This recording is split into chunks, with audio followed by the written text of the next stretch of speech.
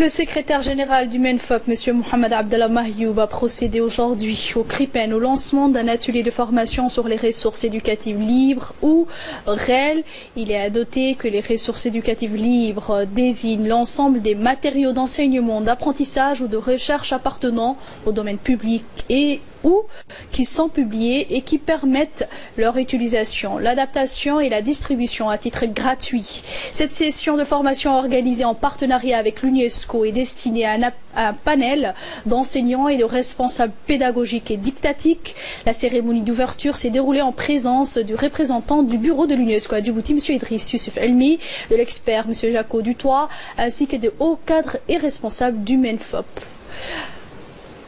À plus forte raison, a-t-il poursuivi, ces technologies nous intéressent dans le cadre de la réforme afin de partager leur expérience innovante et des pratiques pédagogiques dans certains établissements scolaires. En avance, il a formulé le vœu de tirer le meilleur parti de ces ressources en d'en faire profiter toute la communauté.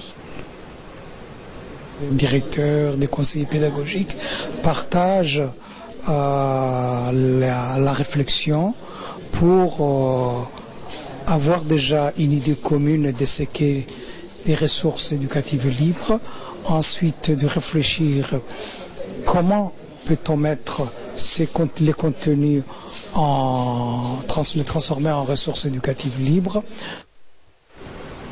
Écoutons à présent un extrait de l'intervention du secrétaire général du ministère de l'Éducation nationale, M. Mohamed Abdallah Mahyoub.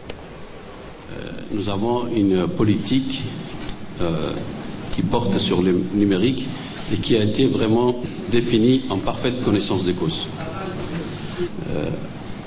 Au niveau des corps d'inspection, cette question du numérique a été, dès le départ, intégrée dans l'interrogation des programmes, l'interrogation des curricula, mais aussi des pratiques pédagogiques.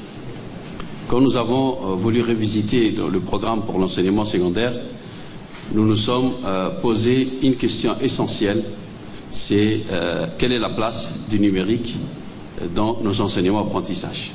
Pourquoi les TIS? Je pense qu'il n'échappe à personne ici aujourd'hui que les TIS constituent un levier incontournable pour les apprentissages. Il y a eu l'introduction du numérique à l'école primaire, avec les tablettes.